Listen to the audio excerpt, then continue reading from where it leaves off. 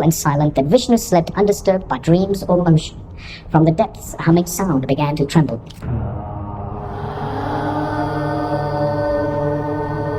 It grew and spread, filling the emptiness and throbbing with energy. The night had ended. Vishnu awoke. That's just a little more dramatic version of saying God said, "Let there be light." Sound is the source of all creation. Sound and resonance is responsible for everything. It is the breath of the Creator, the prime resonance frequency, and the source code for everything in creation, including our DNA.